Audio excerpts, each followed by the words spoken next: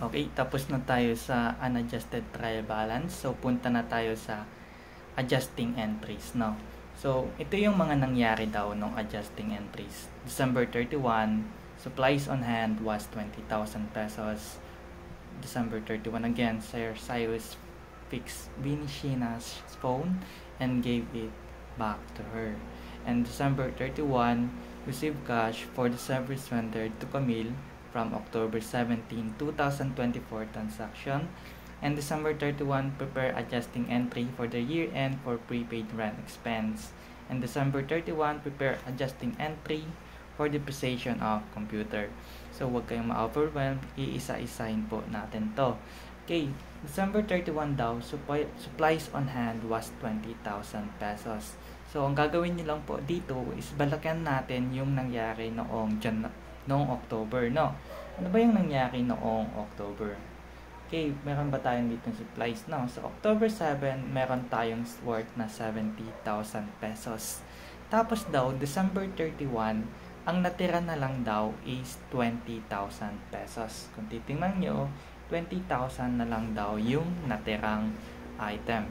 So, kung ganito yung nangyari, kung October 31, meron tayong 70,000. Let's say, October, ng date ka? October 7. Oh, October 7. Okay, October 7, meron tayong 70,000. Okay, let's add now para hindi kayo malito. Meron tayong supplies na 70,000.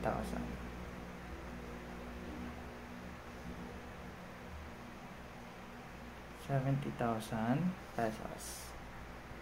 70,000. Then, may nagastos tayong ilan, yun na ang hinahanap, no? So, that is supplies expense. Yun lang yung nagastos nating expense. Okay? Then, yung supplies on hand is ilan na lang yung natira. Okay? Supplies. Okay? This is supplies, no? Supplies on hand, meaning ang natirang supplies, which is 20,000. 20,000 na lang daw yung natira. 20,000. Again, ito yung hinahanap natin, no? Okay, ang hinahanap po natin ay ito. Anong amount daw ang pwedeng i-minus natin para makuha yung 20,000 pesos? Ilan daw yung nagastos natin, kaya ang natira is supplies is 20,000. Ulitin ko, no? Kung una, meron tayong 70,000, tapos, at the end of the year, may 20,000 tayong natira, ang tanong lang po doon is ilan yung nagastos po natin. So, paano ba natin yun gagawin? So, using formula, supplies minus supplies expense equal supplies end. No, kung ito yung supplies beginning, ito yung beginning na supply, 70,000, kasi ito nga yung binili natin. Ilan yung amount na pwede nating subtract para makuha yung 20,000? Basic math, we will deduct 50,000 pesos. Okay, pag in-deduct mo po ang 70,000 sa 50,000, makukuha mo is 20,000. From the problem, 20,000 yung na-deduct natin. So, ang i-record mo po is yung 50,000. Huwag po kayong malito na i-record nyo yung 20,000. Okay, ang i-record po natin is itong supplies expense na 50,000. Kasi ito yung hinahanap natin. So, paano po natin siya i-record? So, i-debit natin yung supplies. Okay, kung napapansin nyo dito, yung supplies natin is 50,000 pesos yung expense po natin, yung nagastos natin. Ngayon, ang nabawas daw, ang binawas natin, ilan yung amount na binawas natin supplies is 50,000. So, yun ang i-credit natin. Kung mapapansin mo to sa trial balance, tingnan nyo yung trial balance natin, no? Yung T account, supplies. Pag mapapansin nyo sa supplies, ang debit natin and credit. Okay, kung mapapansin nyo po na ang supplies, ang beginning natin is 70,000. Ngayon, ang year-end, ang ending balance daw ng supplies, ang end daw is 20,000. 20,000 ang end. Meaning, may binawas tayo o may kinredit tayong supplies. Pag in-credit natin sa supplies, may mababawas na item. So that is 50,000. Okay? Ito, ilalagay mo lang to dito na 50,000 para i-deduct natin. Then, ang makukuha natin is yung 20,000 pesos. Okay? So, ang i-record po natin is ito. Ito yung kailangan nating i-record, which is supplies expense. Now, kung mapapansin nyo, supplies expense, i-debit natin. Lagay natin ulit ang date, December 31, kasi December 31 nangyari. Then, supplies expense debit, 50,000, 1,000 yung ano. No, this is actually, supplies expense, ang chart of account niya is actually 5,200. 5,200. Okay? 5,200 yung chart of account niya. Though that is actually 50,000 pesos. Supplies naman is 3,000 ba to? Supplies. No, it's actually 1,400. Okay, 1,400 yung chart of account. Okay? Correct natin, no? 50,000, tama na to. Then, ano yung ilalagay natin sa baba? Supplies usage or yung paggamit ng supplies, adjusting entries, no? So, for reference lang po to. Again, kung mapapansin nyo, pag ito impose mo sa ledger, okay, mamaya adjust natin yung ledger, no? Tapusin muna natin lahat ng adjusting entries. So, kung gets po to, gets na, no? Gets po to na supplies. Okay, thank you. Now, we have, on December 31 naman daw, Sir Cyrus fixed Binishina's phone and gave it back to her. So, meaning, ano ba yung nangyari? Naalala niyo sa iPhone, no? Sa iPhone user. Yung nangyari daw, noong October 11, we have 80,000 cash na receive natin mula kan Binishina. Ngayon, utang natin yun kasi hindi pa natin nare-render yung service. But at the end of the year, na-render natin yung service, which is 80,000 pesos. Kung na-render natin yung service, meaning ma-record na tayo ng service revenue. So that is, anong gagawin natin? Kung na-render natin yung service, kahit walang amount dito na given, that is 80,000. Since na-render natin yung service, wala na po tayong cash involved kasi na-receive na natin ang cash noong October, ano pa lang. Again, that is on October 11. No, October 11 siya. So, ang pag-record natin is yung unearned revenue is babawasan po natin. Okay? Babawasan po natin ang unearned revenue. Ang utang natin, which is 80,000, this is actually, ang chart of account niya, is unearned revenue, we have 2,100. No, 2,100 yung chart of account niya. This is 2,100. Okay? Then, we have service revenue, this is actually 4,000. I was wrong. Yes, 4,000. Okay? Now, yung ilan yung amount? That is 80,000. Okay, sir, di ba kanina sir naka-credit to noong October? Kasi nga utang to. Pag binawasan natin yung utang, i-debit po natin. Okay? Okay, again.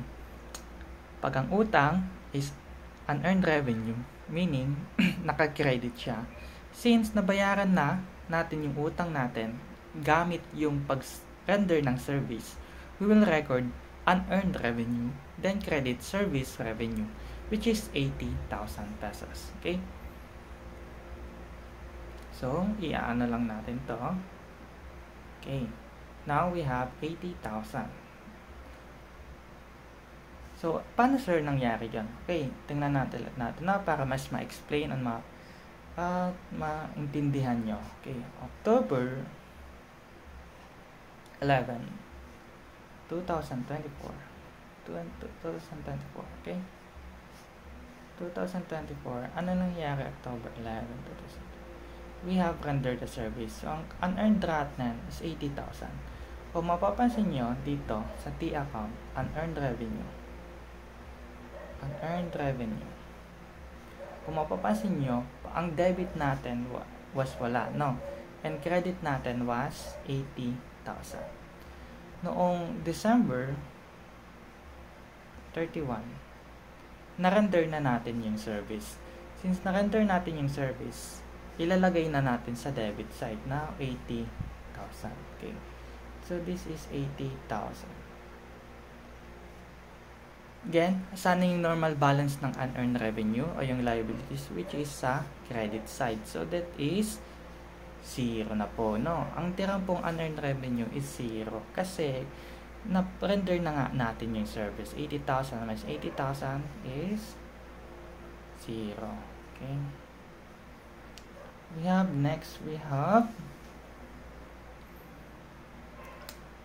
okay, sana nag-guess nyo po yun, no?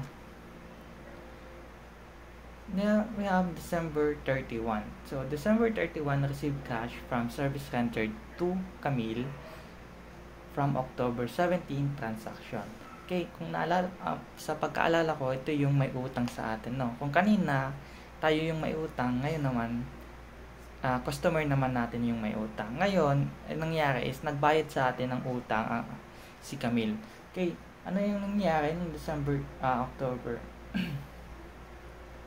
Say, October, saan ba yung nangyari? Yung build natin, si Camille,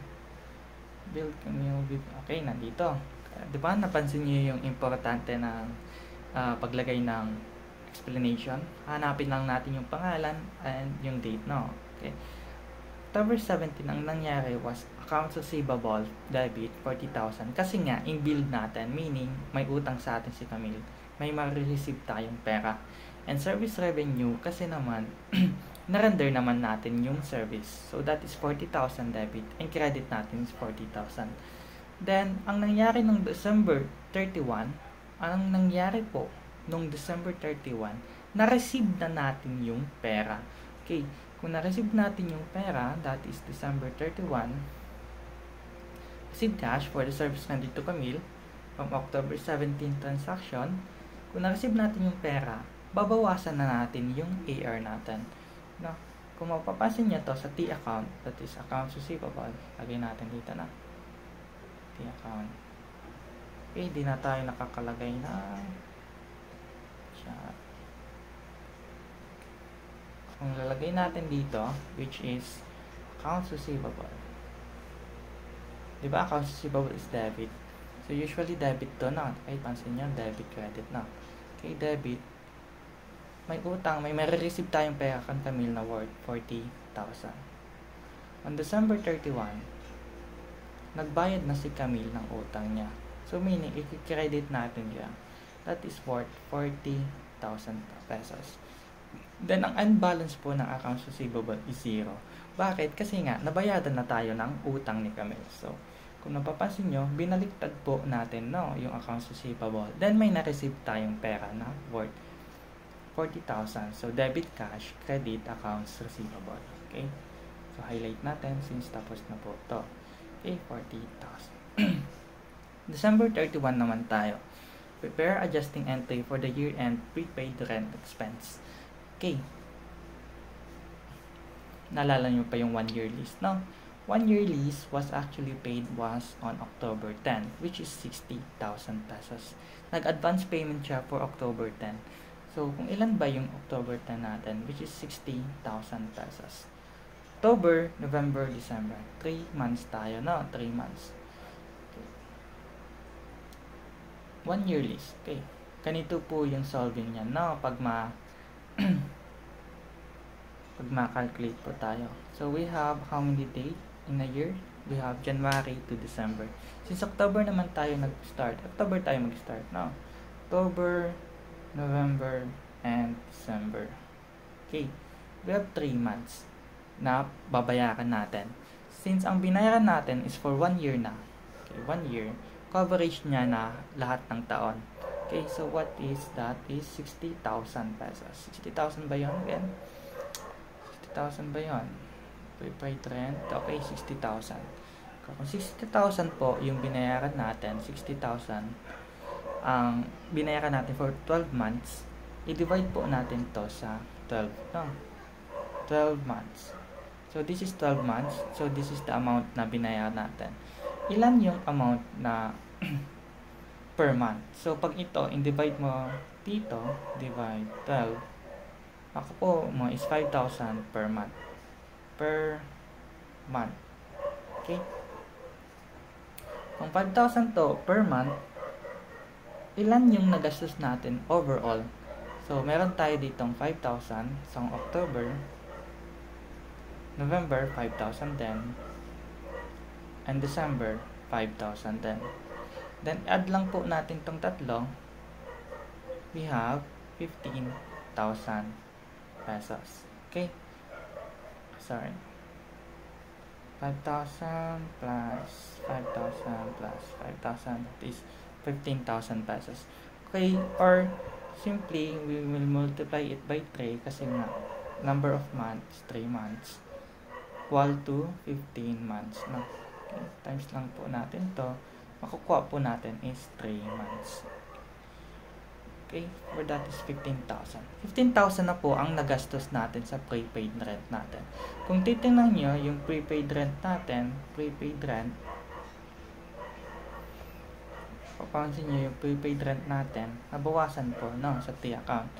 Kung ang original natin was 60,000, then may nagamit tayo ng October na 5,000, then ano pa, November 5,000, then December is 5,000 ulit, then this is equal to 15,000. Ito po yung in-credit natin, no? 15,000. Then ito, i-deduct lang natin na 15,000 dito. Ang makukuha po natin ay 60,000 minus 15,000. So that is 45,000. Yung ang tira na lang natin prepaid rent. But again, ito po ang gagamitin natin, no? Na 15,000. Kasi ito yung ibabawas natin and ito yung adjusting entry natin. Okay, the per adjusting entry, that is worth 15,000. Okay, it's actually wrong, no? Na cash. So it should be 1,000. Receivable is 1,2. Okay. So kung ilan yung nagastos natin, that is actually rent expense. So that is debit, rent, expense, no? Debit, rent, expense, and credit, prepaid, rent. Kasi nga, binawasan na natin yung prepaid rent. Di ba napansin nyo sa ledger, wala pang rent expense. So that is 15,000 pesos. 15,000 pesos based on our calculation. So sana nag-gets nyo yun, no? Na prepaid rent. Although, medyo nakakalito. But anyway, makukuha nyo din yan. Ito wala ko sa inyo. Okay, next we have December 31. Tama ba muna yung mga account code natin? This is actually wrong. Account code natin is actually prepaid. Ang rent expense is 5,000 and prepaid rent is 1,300. 5,000 and 1,300. Okay, this is 5,000. 5,000 and this is actually 1,300. 1,300 po ito na. So, tapos na natin ang isang adjusting entry. Next adjusting entry is yung depreciation. So, ito yung pinaka-favorite niya, no? So, ano ba yung formula natin for depreciation? We have debit. Ano ba yung depreciation natin? We have debit. Okay. No. Sorry. Ano yung formula natin? So, we have purchase price. Purchase price minus salvage value over useful life. No. Useful life. Okay. Sa problem natin, ang sabi doon sa problem natin was okay, pansin nyo ito, no? 50,000 daw pesos yung amount ng computer. Kung 50,000 to, i-minus lang natin sa salvage value. Okay, 50,000 minus salvage value na 14,000. We get 36,000. And divide natin to sa 3 years. That is actually here, and divide natin dito, makukuha natin is 12,000 annually. Annually pa lang po yun, no? Annually. Now, since nag-start sa October 10, October 3 ang pag-adjust, pagbili natin, October 3, October 31 per month. Hanapin natin yung per month niya, no? So, divide natin to sa, ang 12,000 divide natin sa 12. Okay, kasi 12 months, no? Kung annual ito, divide natin sa 12, which is actually, that's actually 1,000. So, divide natin. Okay, 1,000 per month. Okay, per month po yung depreciation. Kung per month, nag-start tayo noong October. Next is November, next is December. Ilang month ang nagastos natin? So we have 1,000. Oh no. So we have 1,000 here. Nag-depreciate na. Then 1,000 nag-depreciate din dito. Then December nag-depreciate din. So ilan yung total na depreciation niya for this month? This is actually 1,000.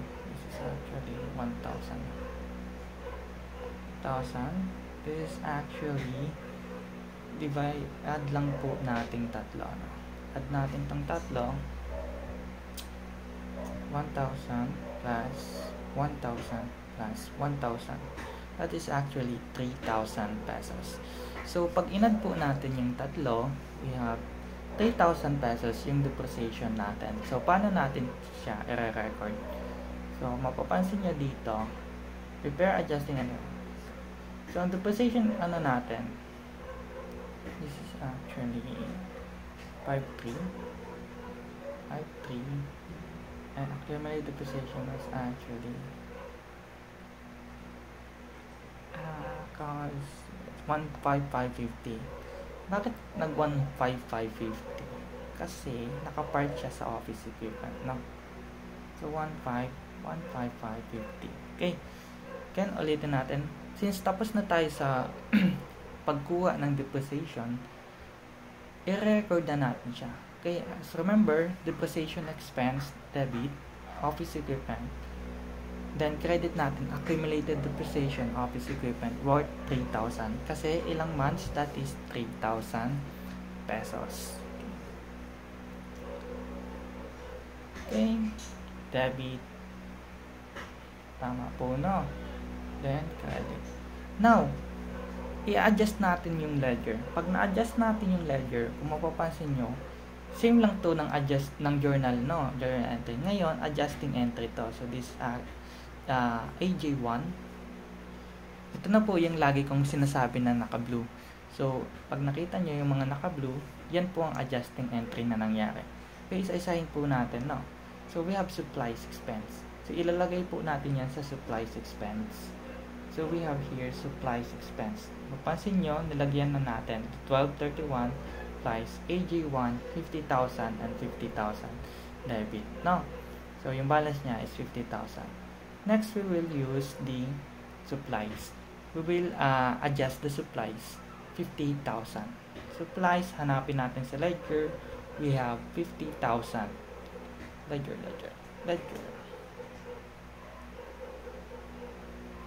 Hanapin natin ang supplies. We have, nasa taas yan. Kasi okay, 50,000. Kung napasin nyo, di ba kanina, kinuha natin 70,000.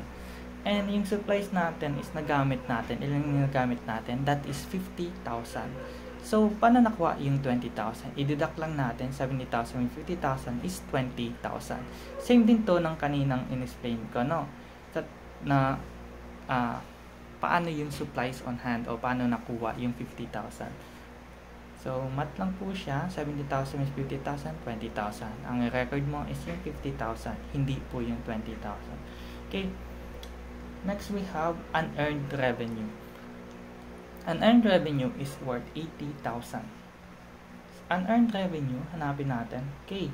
Napansin nyo na, may blue tayo dito. December 31. Adjusting entry and 80,000. 80,000, 80,000. Okay. Lagay natin dito naka-debit kasi nga na-render na natin yung service. Babawasan na natin yung utang natin. So, that is 80,000 minus 80,000 which is 0. Okay, 80,000 minus 80,000 is 0. Oh no. Okay, which is 80,000. Okay, 0 pala. Okay, 0. Ayan kasi Okay, next we have December 31. Cash, 40,000. Adjust natin yung cash. Mapapansin nyo, no, ng una meron tayong blue. So, that is, na-receive na natin yung pera. So, adjusting entry, 40,000. And yung 258,700, add natin kasi naka-debit, diba? Debit natin yun. Na-receive natin yung bayad. So, 258,700 plus 40,000, we get 298,700. So, yun po ang end balance natin. And we'll adjust also the accounts receivable. Kung mapapansin nyo, paano siya i-adjust yung accounts receivable? Hanapin natin ang accounts receivable. We have 40,000 credit. No.